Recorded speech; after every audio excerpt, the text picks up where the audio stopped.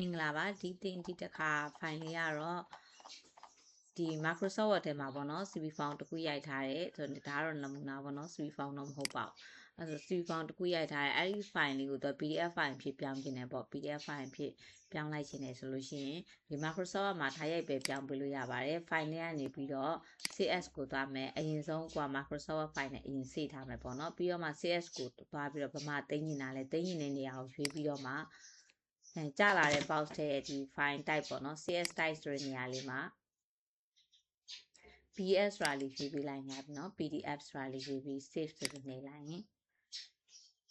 yes လို့ပေးလိုက်ညာပါဒါအရှိမ export လုပ်ထားလို့ပေါ့အဲဒါ PDF file အနေနဲ့ကျွန်တော် Microsoft Word ထဲမှာဒါအလွယ်တကူပဲ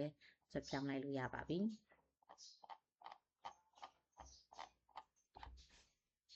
PDF file ကို Microsoft Word ထဲတိုက်ရိုက်ပြောင်းသွားတာပါ